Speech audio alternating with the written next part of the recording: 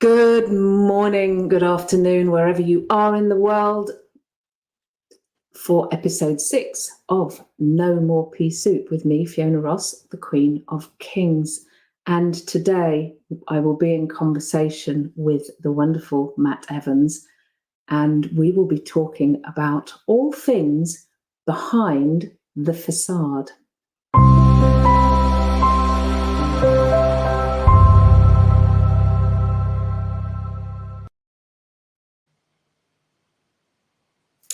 I think we're going to have to do that again because I've just realised we were on mute. Very jazzy. Very jazzy. So that's how this is going to go today, everybody.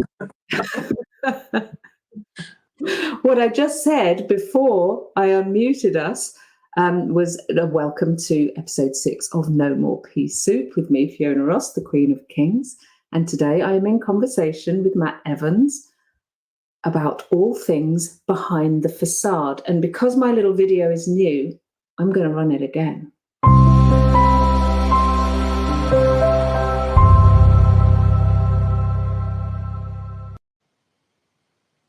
Welcome, Matt. Howdy. Long time no speak, all of probably a day. Probably is about a day. We do talk quite regularly.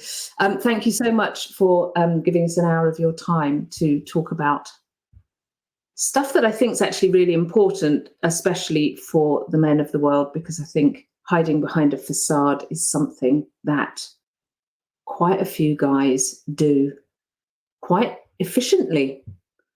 And it can lead to all sorts of issues further down the line. So what seems like a great strategy of keeping secrets and hiding things for a period of time can end up coming back and biting you in the arse. So tell us a little bit about who you are today. Okay. So who I am today. I'm far more me than what I've ever been. I'm far more authentic in who I am. Let's put it that way. You know, I mean, the what I am is, you know, married to Kate, 3 kids, or terrorists, as I fondly call them. You know, in work, I'm a supply chain manager. Out of work, I help people with alcohol issues, kind of get over them. I teach kids how to drum on a weekend. I just generally try and be useful. I'm also pretty good at organising big events, apparently, but I'm sure we'll come on to something about that at some point. I've heard you're pretty good at that. So how different is your life today compared to, as it turns out, the 27th of February 2020, which is a very auspicious day because the 27th of February happens to be my birthday.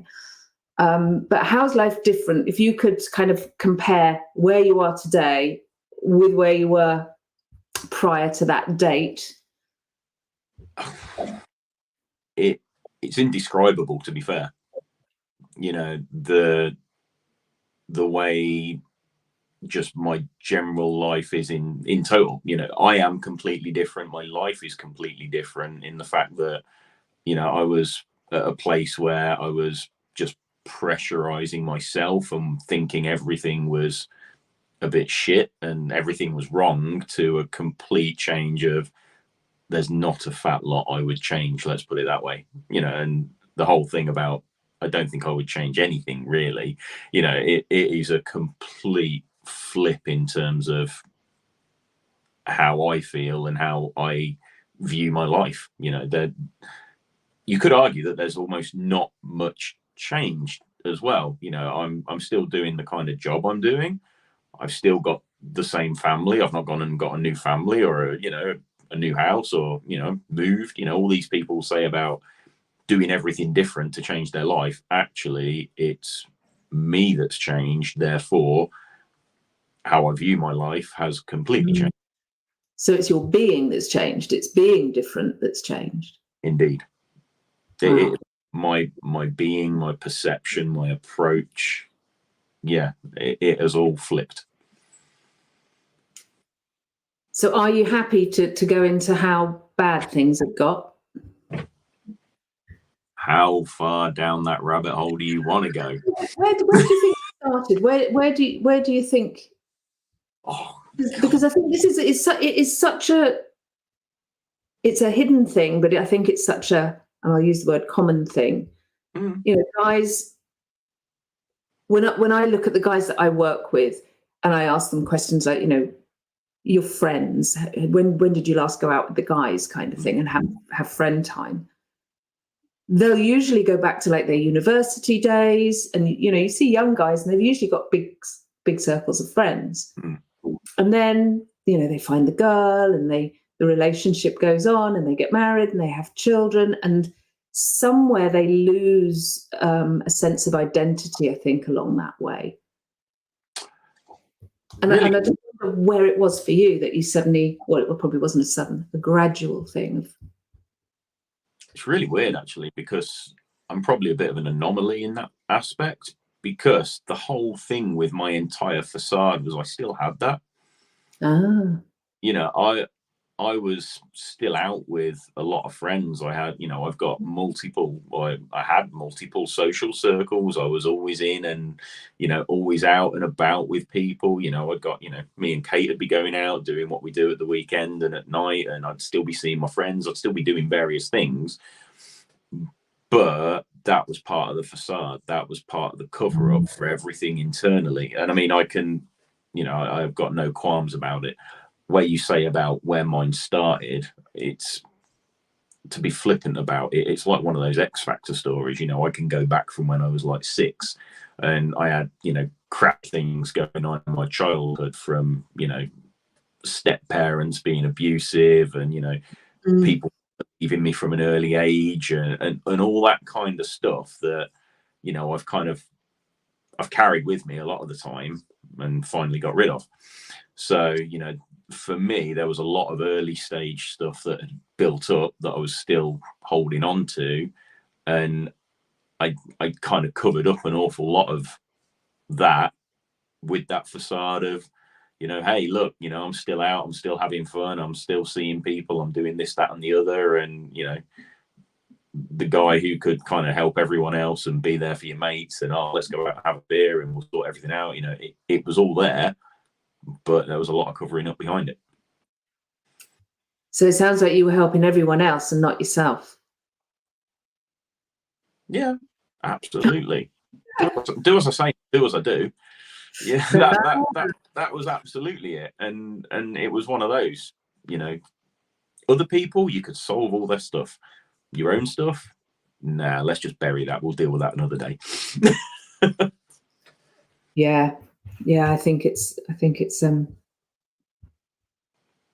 is, as I say, quite common. Excuse me, I'm going to have a sip.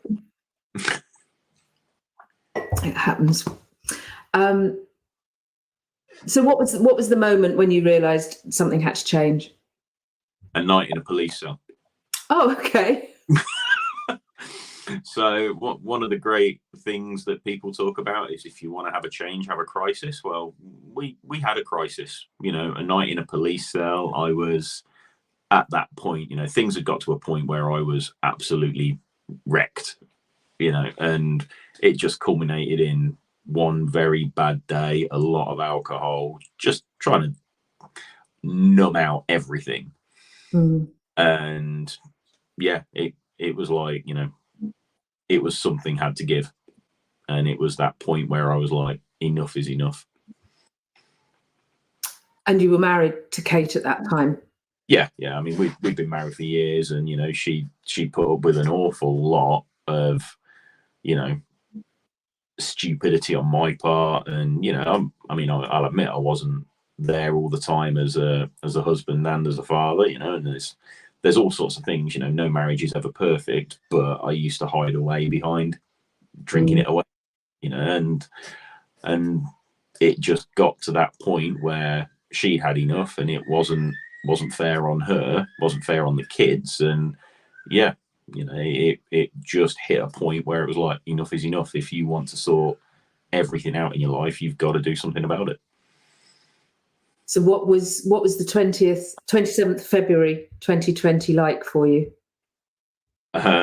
Actually, it was a day in Manchester. I went to Manchester and had a few drinks with a guy who used to work for me. You know, it was a bit of a catch up. I was up there on business, and yeah, you know, I can hand on heart say that Gwyneth, you know, absolutely great lad. I loved working with him, and we're still friends. We were sat in like a bar in Manchester having a few beers, and then we went out, and I don't remember that night much, but I remember waking up the next morning and going, nah, this is not the way you want to go out with anything. And it would have ended up being my demise, I have no doubt. And it was just that waking up in a hotel room, stark realization of just going, what the hell? You know, back at home, I had a wife who didn't want me in the house. So I kind of had massive resentment issues with myself. And it was just literally, I was wrecked. And I was like, I need to change something. So how did you change it? What did you do? So there's a few things with this. It's not a one side, just, hey, click your fingers, do this. One thing I did was stop drinking completely. So, you know, I have been completely alcohol free ever since that point. You know, anxiety and alcohol, they're a bad mix. It's like rocket fuel for you. I had to stop. I did a full kind of CBT round, which was really interesting, you know, because I'm very analytical. So part of my own problem in my own head was that I was always analysing everything I'd always done wrong. So I'm really good at analysis, but I was always analysing everything about me in the negative, and that was a bad circle. So yeah, a lot of that kind of CBT was really interesting. And, you know, one of the quotes from my counsellor was like, have you done this before? And I was like, no. And she's like, well, you're making my job easy because you've actually done most of it already yourself. And I'm just saying whether you're right or wrong within the way you're thinking about it. I was like, okay. But yeah, that was really good, getting to a lot of those beliefs and why, and going an awful way back with stuff. There was an awful lot of grit around it as well. You know, not every day was easy when you'd been using alcohol as a crutch to get out of your own head. And, you know, any sign that there's anything bad in the world, you just go and open a few cans.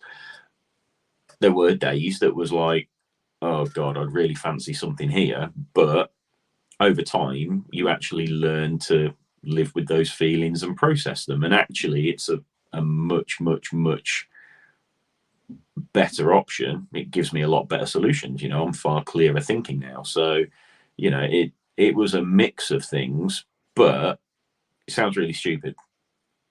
One of the things that used to get me was a lack of, you know, there's this whole thing about validation. You know, I lost my dad from a young age. I never had that kind of male validation in my life. And actually the lack of validation and the unknown is probably worse than no validation. It was a really weird kind of thing when I got my head into it about why I was thinking what I was.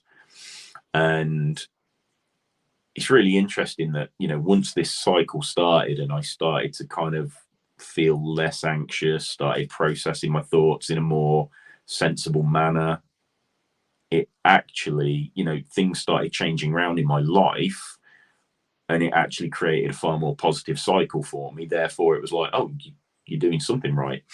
And you then go analysing what you were doing. Well, yeah, it kind of gave me that kind of, this feels like the right thing to be doing. Okay. So yeah, it created a real kind of almost a flywheel. You know, you're on the right path. You're seeing things better. I felt better. I looked better. You know, things around home were better and with people, and it just created a far more positive cycle. Yeah, and you became Iron Man. Yeah, the one or two people have referenced that I can sometimes look a bit like Tony Stark. There's been the comment or two. Lucky Kate, eh? Yeah, it's it's kind of a good joke. I mean, I've got my Iron Man behind me, and I've got the glasses. What can I say? Somebody's put Iron Man in the I can't see who's writing anything. You'll have to let me know. In the chat, we've got There we go. We've got a Facebook user saying, "I am." We've had a few comments here. I'm not very good at interesting perspective. There you go. And a hi, guys.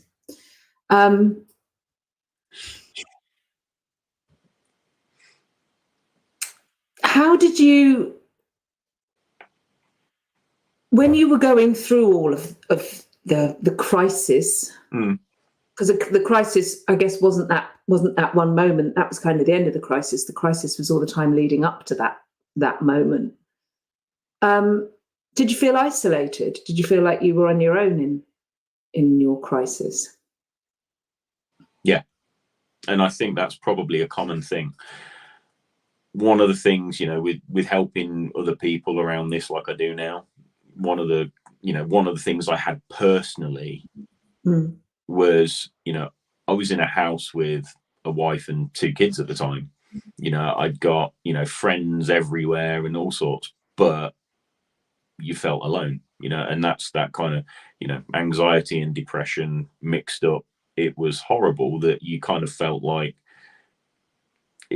you kind of knew that you had people who cared about you and all that kind of thing, but you felt alone, and it's not through any fault of anyone else. That's all on me. That's my interpretation of it, obviously, but you do have that sort of sense that even though there's everyone around you, you're just in that hole and you're there and there's no one there with you. I mean, that kind of built for me over about a 10-year period. There was a single kind of experience that massively rocked my confidence, and I can kind of pinpoint a certain point 10 years ago in my career where there was an interaction with one person and one company that did it, and it really shook me. And yeah, I mean, someone explained it almost as traumatic. They said that is a trauma, and I don't think I ever dealt with it properly. And even though then I went on, I've always been pretty good at what I do. There's no doubt about it. And everyone, has always said, "Oh, you're a smart cookie," blah blah blah. But it's been one of them where it's been in my own head, and that battle against my own kind of personal view of me that has, always been a sliding scale. Yeah, and when you've got the facade up, nobody can see through to that. So the isolation is almost created by, it's almost a self-fulfilling prophecy, isn't it? That yeah, feel isolated, you put up the facade, you hide behind it, you feel more isolated, and it just keeps continuing in that way.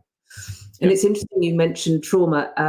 So I've always been fascinated by events that happen, that you can have the same event happen to 2 people, and one of them will be completely debilitated by it, and the other person will be almost fired up by it. And this came to me, I remember watching, it was an Oprah Winfrey show, and she was talking about the abuse she'd experienced as a young girl. And she was actually doing a show with Tyler Perry, who was talking about male sexual abuse. And they had all sorts of people on there talking about how this abuse had affected them. And it was so clear that, some people weren't in the audience because they hadn't made it through the abuse. They hadn't made it through the trauma. And others were like her. She was just like, well, nobody's ever going to treat me that way. And she was empowered almost by the abuse. And I remember thinking, that's really weird. Why do people handle it so differently? And then many years later, I was at a talk on something called meta medicine. And the guy that was giving the talk started talking about trauma, and he used an acronym, which is UDIN. So when an event is unexpected, devastating, isolating, and you have no coping strategy, it lays down as a trauma. If all those 4 components aren't present, it's just a nasty thing that happened, and you could seem to be able to move past it. And it's an interesting kind of lens to look at things, because trauma can, like you say, it can be an incident at work. It doesn't have to be something that one might see as trauma. Oh, here's Will. Hi, Baba. He's just buggering off to go play, aren't you? Yeah. See you, little dude. Right, come on, Famous. He is the cute, very cute baby. Has to be said. But yeah, so trauma can be, anything that falls into that category of isolating, devastating, unexpected, devastating, isolating, and no coping strategy. Mm. That's when it lays down as a trauma. So I just wanted to throw that in as a. Yeah, I mean, I can go through that. I mean, the unexpected, yeah, because it sounds weird. I'd never really failed at much in my life up until that point. So it was my first serious, I think I looked at it as a failure, and actually it probably wasn't. I genuinely could look back on it and go, no, not on you. But I took it so much as it was me, and I've always had this: you should be in control of everything, and you should be able to affect everything, and if you want to make it happen, it should always be there. And there's all that. So yeah, the unexpected and the no coping kind of was straight away there, because I'd never really failed. Everything I'd always had a go at had kind of worked out pretty well. So yeah, for me, those two are definitely there. And then what's the D and the I again? Devastating. Yeah. And isolating. Yeah, I mean, devastating meant I kind of walked away from a job. I'd never had a period of unemployment in kind of 12, 15 years, whatever. So I was like, oh, yeah. And what was the I again? In isolating. Well, yeah, I mean, it was obviously isolating in the fact that it was like, oh, what now? It was real. Yeah. Word for it. It was a real kind of mixed bag, and anyone who loses their job is obviously, well, I kind of signed an agreement that says I'll walk. But yeah, anyone who goes through that, not many people kind of know how to deal with it. And there's an awful lot in, probably, I look at this from an education system even. Oh, we've lost you.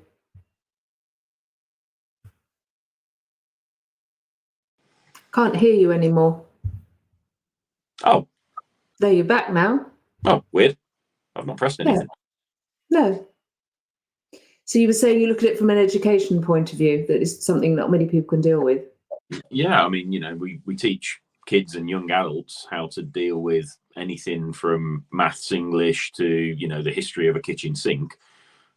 And yet we don't teach anyone how to deal with, the real stuff that life throws at us. And actually, it's one of the things that probably needs investigating a little bit. Yeah, how to get it wrong, how to fail. Get good at learning how to fail. Yeah. I mean, reading an awful lot like I do, there's a great book that's called Think Like a Rocket Scientist, and it talks around, companies like SpaceX and all the Google lot and all that. And one of the things they say about is they actually they look at failure almost as a good thing. One of the companies, they say, if you fail and you stick your hand up and say we failed, it stops us plowing millions more into you, therefore we celebrate it. It's from a business approach, people are learning that, but from a personal approach, there's still a whole, and I think it's cultural as well, there's this whole stigma around, if something doesn't go right, everyone looks at you and goes, why did you mess that up? Yeah. And there's a whole fit. And guys carry this very seriously. I don't know if I see it as a very masculine trait, not necessarily when women are in their masculine, it's also the same thing. It's that thing where, again, you can look at the history and culture and everything else, but it is that egotistical, male-dominated approach that says when it comes to things in work and in business, you look at all the kind of stereotypes that are set up. Everything is celebrated to be, if you're working 50 hours, hustle this, hustle that, you are seen as, if you're not getting a millionaire's kind of approach and, living a life on a beach with a Lambo and a helicopter, you're nothing. And I think there's a real change that's needed around the kind of world in terms of how that's viewed. Yeah. Yeah, especially in the world that we live in, which is so uncertain, and people do lose their jobs regularly. It's I mean, I look at my father, and he was probably only had 3 or 4 jobs in his entire career, and you can have 3 or 4 jobs in the first 5 years of your career now. So it is something that I think we need to normalize, that failure is okay, and it is a learning. It's the WD-40 approach, isn't it? I love that WD-40 stands for water displacement 40, because it was the 40th attempt to make something that acted as a water displacement. Yeah. And it's that WD-40 approach, isn't it? We need to be able to go, okay, and then the next one, and the next one, and we just pick ourselves up and carry on. Yeah. Failure is not a destination. It's just a learning along the way. Yeah. And it's two-pronged as well. It's about the individual not carrying it, but there's also other people not judging them for it. There's a whole lot around. Everyone else will look at you and go, you messed all that up. And there's a lot of judgment. And why did you do it? Someone could be an absolute saint, and because someone else doesn't like them, they end up, not doing well in a place. The judgment that happens on with the self-judgment, the perception that other people are going to be judging me, so I can't be seen to fail, and all the shame that comes along with that. Yeah, I mean that's a massive kind of downward pressure on most people. That fear of failure, therefore judgment, therefore so many people pin their self and their entire value and worth on, what they do and what they have, rather than who they are. Yes. Oh, there's your profound moment. Right, so that's your one. That's your only one. That's it. We're finished now. But yeah, it is that thing where, especially men, it is the who you are, and it's not about that. And that was something I massively had to kind of change in my approach, because I'd always had that need to do more, need to be more, need to this, that, and the other, and I linked it so intrinsically to what I was doing in my job, or what that paycheck was at the end of the month within my job, rather than actually who I was in the world. And so 27th of February, date I can remember very easily, came and went, and you got your CBT, you got some support, you stopped drinking.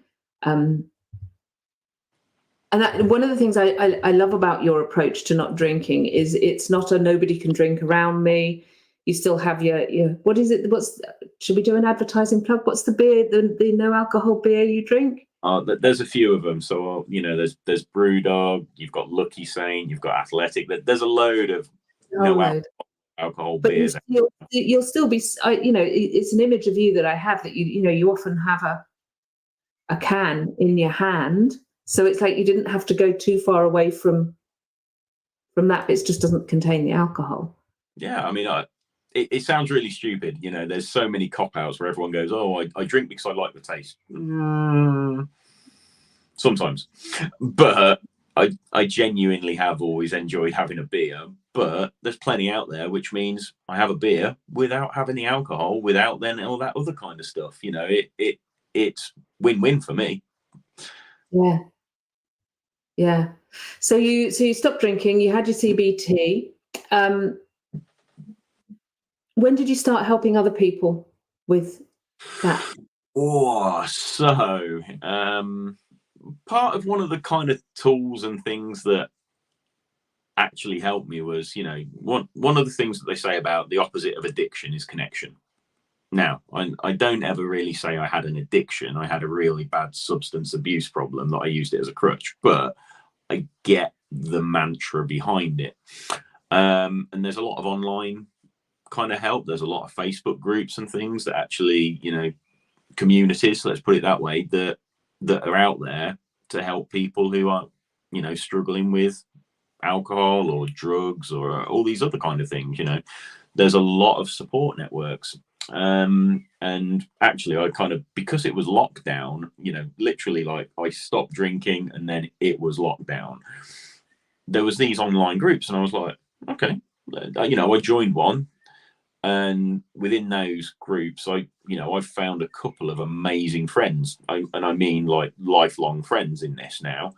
And actually, with a couple of those friends, we now run our own little group as well. Me and one of my friends got booted out of the big one we used to run due to a free speech issue, but that's a different story. Nothing welcome in yours. Yeah, I mean, the whole rule for joining our group is that there is a pretty much anything goes policy, and so long as it's not intended as offensive, we uphold free speech. The First Amendment is alive and kicking. So yeah, but yeah, I mean, we've got our own little group. We help people, always at the end of the phone. I've had certain people, ring me up at whatever time of day or message me going, I'm having a real problem, and we help where we can. That's fantastic. That is fantastic. And does that help you as well to stay on your course? Honestly, no. A lot of people say it will help, and it's all individual. But I just do it because I want to. It's not because I need to. For me, the way that I am internally, the way I feel about myself and everything else now, I know that, look, the little quote that I use with most people is I look at it and say, well, what good would it do? I know that adding alcohol back into my life wouldn't give me any benefit. No matter what. If I'm brutally honest with myself, which I am, I can say that I would gain nothing from drinking again. Therefore, why would I do it? It's just it's such a black and white equation for me now that I'm like, okay, now for helping others, it's just what I enjoy. That's who I am. I've always tried to be helpful, but I can just do it more now. So what would you say to somebody, and you may or may not have an answer for this, because I know a lot of people that have substance abuse issues know that it's not good for them. They know it's not bringing anything to them. They have that awareness, and yet, I mean, obviously it does bring them something because they're still doing it, but yet they are still doing it. So when somebody's in that position of, I know it doesn't bring anything healthy to my life, but I can't seem to stop. Ooh. It's a real tough one. The first things that we'd normally say to anyone is, what are you hiding from first and foremost? It's what's causing that underlying feeling of why are you drinking. For me, it used to be because my head was just full of all these negative, anxious thoughts, and I wanted to get away from them. And it was that kind of unhappiness and just sinking away from it. But yeah, the first thing for anyone is to understand the why, and the second one, it sounds stupid, but again, from a business perspective, it's like risk management. If you cannot stop drinking, remove it from anywhere near you. I mean, okay, I am almost one of the few people in the world who will say lockdown was amazing, because it took away a load of the noise and a load of the mess. The pubs weren't open, so I couldn't just go and hang out in a pub. It took away certain noise around my life in terms of seeing certain people who were always a cause of some of the issues, or part of the issues in my head, put it that way. So yeah, there's a lot of kind of risk management. So get it away from you. Don't give yourself the room to go, I feel like this, I'm going to have a drink. And actually, it's almost the speed of thought. Sounds really daft, but there's been some people with dealt with, sounds wrong, doesn't it? Took them out the back, give them a good slap. No. There's some people we've helped, and they were like, I can't stop drinking. And it was like, right, is there alcohol in the house? Yeah. Why? You've got to be able to stop that thought and recognize, I feel like this, therefore I want to drink. Okay, well, I feel like this. why and what would drinking do. Therefore, you know, you've got to be able to process those thoughts. And actually, most people, because they've got a load of booze in the house, their reaction time and their thought doesn't work before they get to a bottle. Yeah. And it's giving yourself that thinking time and understanding your own thoughts and your why that we say to anyone. You know, you've got to be able to think about that kind of process in between what is generally a bad thought, drink.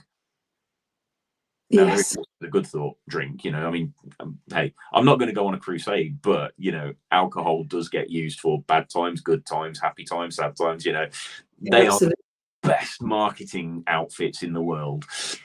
But, you know, and it's one of them. It is what it is. But for some people, it is that first stage of just get yourself away from it. Yeah. And I know in the past when I have woken up with hangovers, if I hadn't known that I had been drinking the night before, I would think I was dying.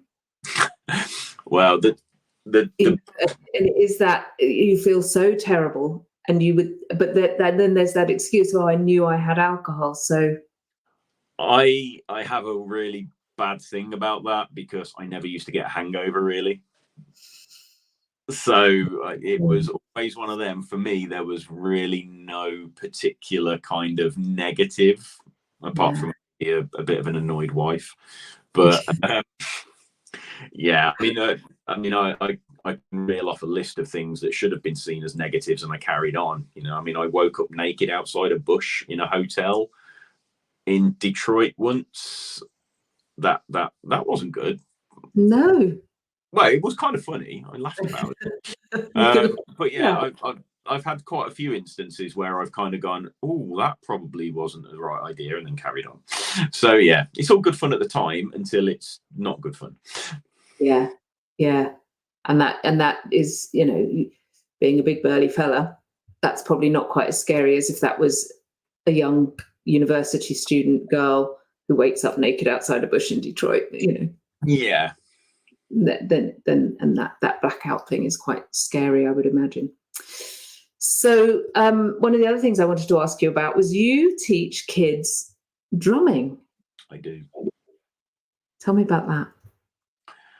So back when I was a little bit younger, I was involved in kind of drum corps, what I guess most people know as kind of marching band stuff, but more like the American side. And yeah, so I used to do that when I was younger, and then I've always, you know, been drumming afterwards. I've got a couple of kits in the house and things, and actually, given the fact that my Sundays aren't now just being a bit tired on the sofa and like loitering around feeling a bit groggy, yeah, I actually help kids. So there's a local youth band near me that I go down and help on a Sunday morning for a few hours and teach kids and give a bit back that way. So yeah, it's good fun. Nice. So your life is a million times better by the sounds of things. You said earlier that nothing much you'd change.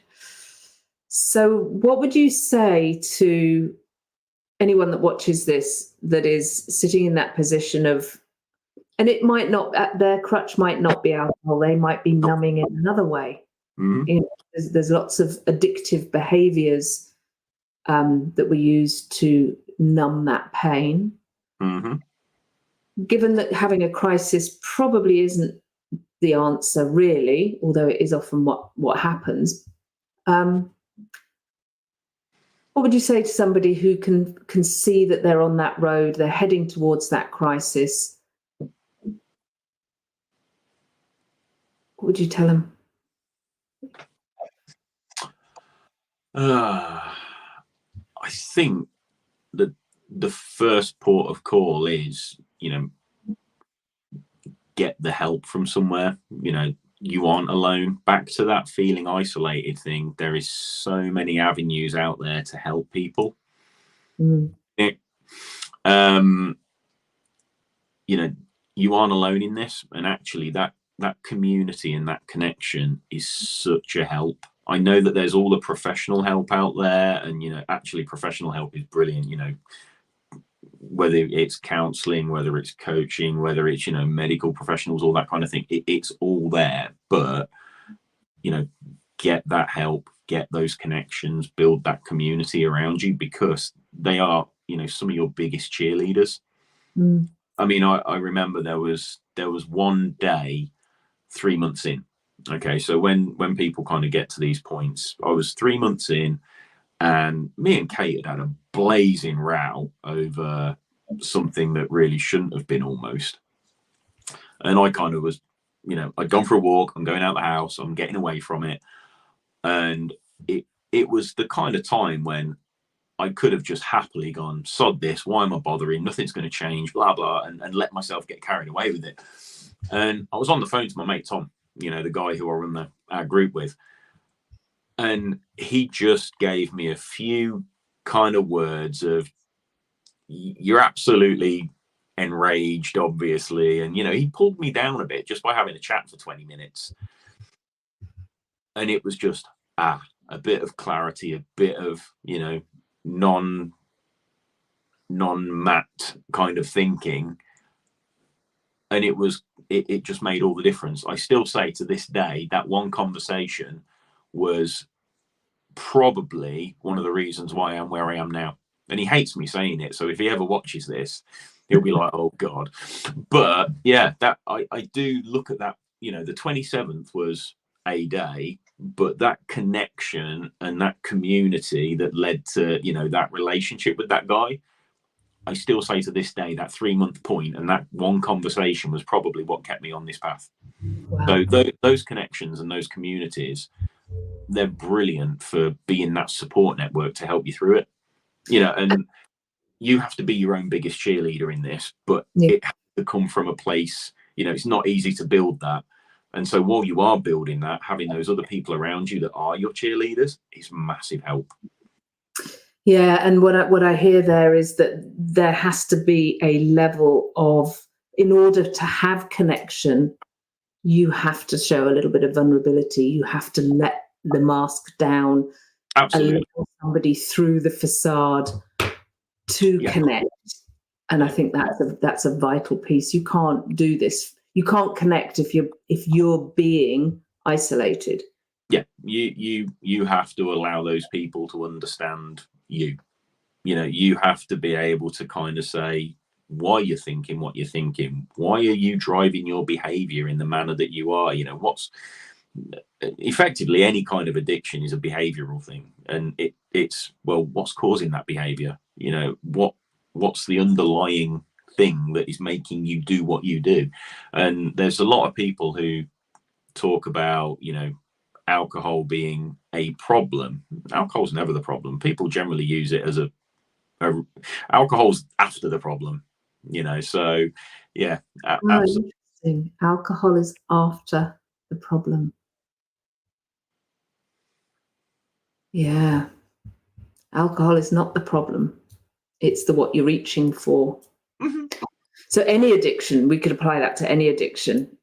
Yeah, I mean, obviously, hey, I am no medical professional, so if any medical professionals want to come at me, feel free. But it's one of those where a lot of abuse issues, it's a resultant. It's not the reason. And it's interesting, this connection piece, and you probably know about this. But there was experiments done with rats back in the 50s. And around, they used heroin as the drug of choice. So they had little rats in cages with 2 water feeders. One was laced with heroin, one was just regular water, and 100% of the rats got addicted to the heroin one and died. So they made this assumption that heroin was incredibly addictive, and it was the drug that was addictive. And then sometime later, and I'm completely paraphrasing because I can't remember who it was that did the experiment, but it was, I think, in the 1980s, they were looking at people that were on painkillers, heroin derivative painkillers, that were maybe having hip replacements, Mm. and they were on these painkillers for a period of time, and then they'd be taken off them, and they weren't addicted. So this guy was like, well, is it really the drug? So he reran that whole study with rats, but instead of having little rats in cages, he put together this place called Rat Park. So you can Google Rat Park and it'll tell you the story. And Rat Park was a community of rats. It was mummy rats and daddy rats and uncle rats and baby rats and auntie rats and a whole community of rats. And they did exactly the same thing. There were 2 water feeders, one laced with heroin, one just plain water. And they all tried both, and they all went for the water. None of them got addicted and went back for the heroin because they had everything they needed in their little rat community. They had food, they had water, they had love, they had connection, they had sex, they had all the things that they could possibly want. So this connection piece is really vital to addiction and this not feeling isolated. You do realise with my little ADHD brain, you have completely just killed my afternoon and what I'm going to be looking at. So you're going to be, you will find it. It is out there. But it really backs up what you're saying about this community piece and this connection piece. And although we have this ability to speak to each other online across the world, we're probably living in one of probably the most isolated time in human history. Yeah.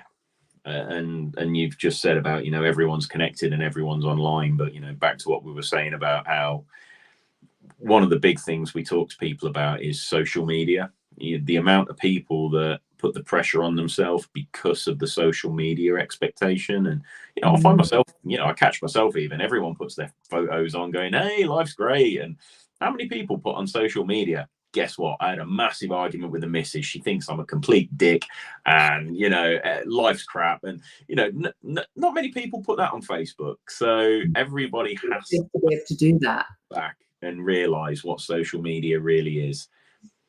Yeah, absolutely. I'm going to move us on to a great success, which was how we actually connected in the first place. And I can see you still wear your lanyard with pride.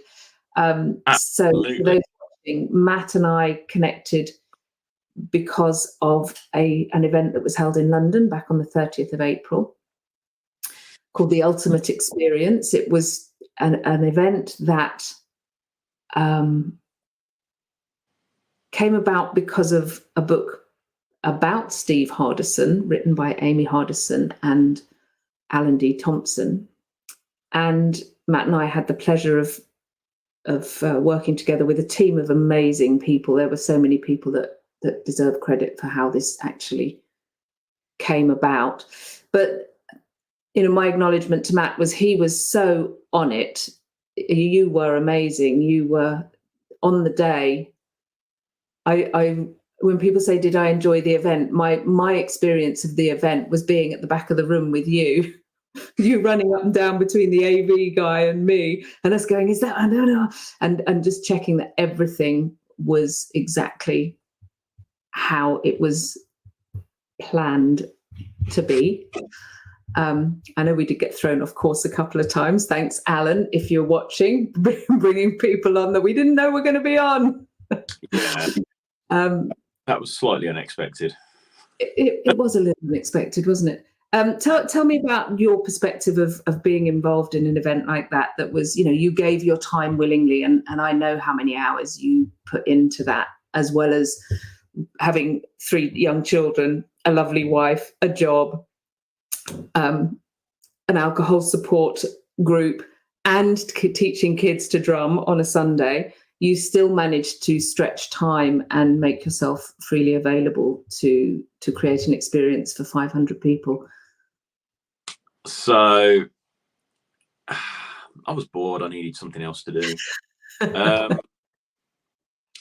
It was I mean, I signed up from the start. You know, I remember Matt put something up after, you know, there was the whole announcement about the Arizona event, and he was like, "We're going to do a London one," and I was like, "Yeah, count me in whatever way." And it was just the fact that, I mean, after reading the book, you know, a friend of mine, I'll name drop it, Amanda Coles, awesome coach. You know, she got me onto the book and said, "You will love it."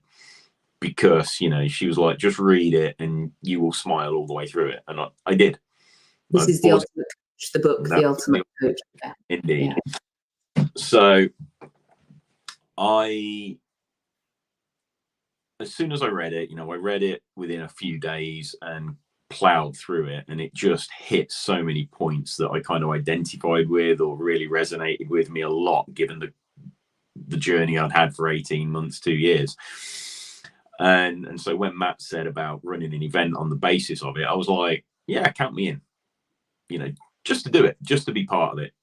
And, you know, the way that it kind of panned out, I genuinely, it was just a buzz to be part of. I genuinely enjoyed every minute of it. And, you know, working with you, obviously, who wouldn't?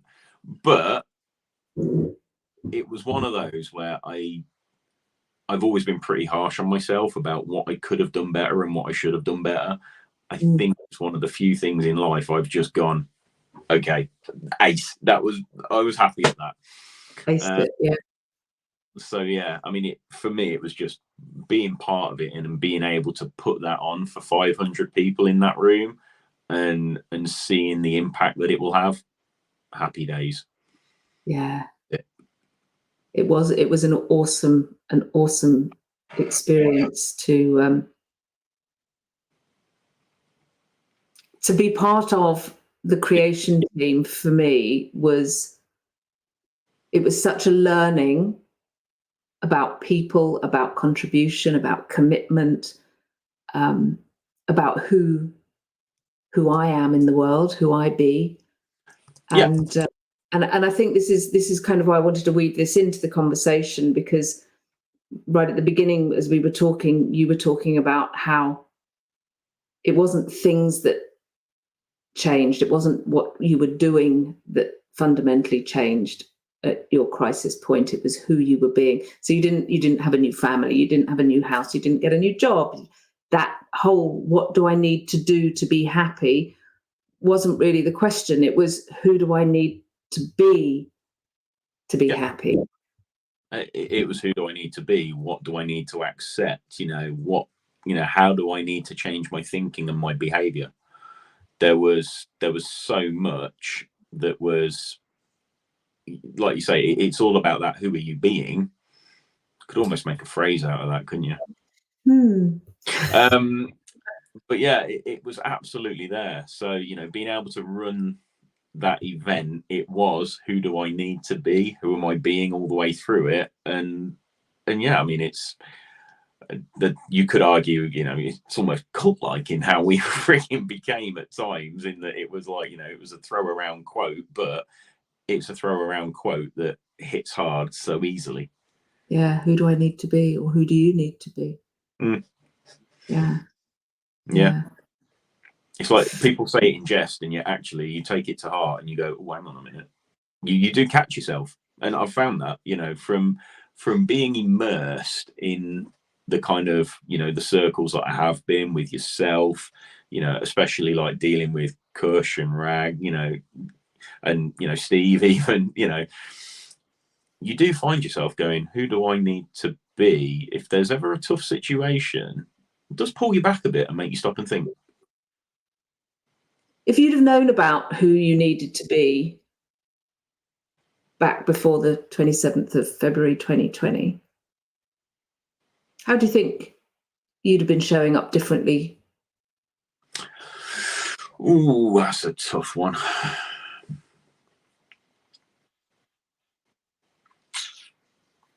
It's really interesting. Given where I was, even with all that, I'm not convinced it would have happened, because I think I was so far down that hole. I mean, the bit we've not touched, the real dark side of it, is that, you know, I was suicidal. I was genuinely, the engineer in me was plotting how you can do things to then not invalidate your insurance, therefore make sure the wife and the kids get the payout. Wow. I was that much in a hole that even if I, had a frigging be with session with Steve, and he threw me around the room into the pool and out the window, I don't know whether it would have hit home enough. That's being really honest about it. And like I say, I was really good at fixing problems. I've got a problem solving brain, and yet I wouldn't allow myself to sort my own shit out. Oh, my bad. But yeah, so for me, I'm kind of a bit like, I don't know whether it would or wouldn't have hit home. And obviously it's all hypothetical, but I just know where I was at the time. It's part of the facade, isn't it? It's part of the exactly. That facade. It would have been admitting. You could sort this out yourself, even if sorting it out meant ultimately taking your own life. Yeah. So it's a great hypothetical question, actually. Would anything changed if I'd have done that different? I don't know. But hey, I mean, I don't deal with fate well and all that kind of stuff. But you know what? With the way it all has panned out, with the route it has taken, nah. Everything has led to this point, right? Yeah. See, I'm here talking to you. What better way could there be? There you go. Yeah, and this aspect is really, I think it's a really important part to highlight. And Nick, hi Nick, thank you for being here. Nick's just alluded to it, that it can feel like a very dark place, that I can sort this out myself.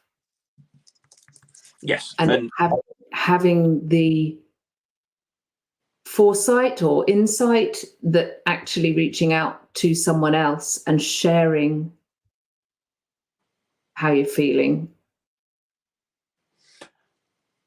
is really important. There's there's this interesting mix, and you talk about vulnerability, you talk about being open. You've got to be open and honest with yourself as much as with anyone else. Other people can help keep you accountable, and there's an awful lot, this in the coaching realm of, you help hold people accountable for what they want to do. Now that is absolutely there, but yeah, it's a really interesting one, that you've got to enable that. You cannot hide away and go, I can fix everything whilst sitting in a dark hole. Unless you kind of allow yourself to be that open and honest with yourself and others, you're never going to do it. Yeah, Nick's just saying, how do you get out of the apathy? For me, it was connection with safe people. Absolutely. Yeah. Connection and community. And I think Nick raises a good point there, that it's safe people. It's having that space where you're not going to be judged. You're not going to feel that you're not going to be triggered into feeling shame. And if you do feel shame, it's a safe place to be, to feel ashamed, and you can let that go. And like you said, it's counseling, it's coaching, it's many different spaces out there. Yeah. So don't be on your own with the issues in life. And I think the other thing that really comes across is, you were a really successful guy while this was going on. You had a family, you had a good job, you're well educated, you've done well. And I think that's a really important message, because so many, when you spoke about suicide, when you look at the demographic of guys that are taking their own lives, a big percentage of them are guys who look like they've got everything sorted. Oh, They're yeah. doing great, they've got a nice house, they're married, they've got a couple of kids, everything seems to be going really well. Until it's not. Until it's not. Yeah.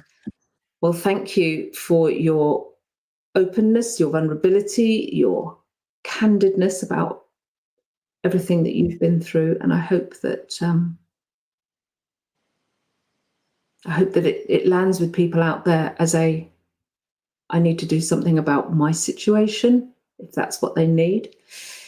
Is there one thing, if we were going to part company now, what's one thing you would say to people out there?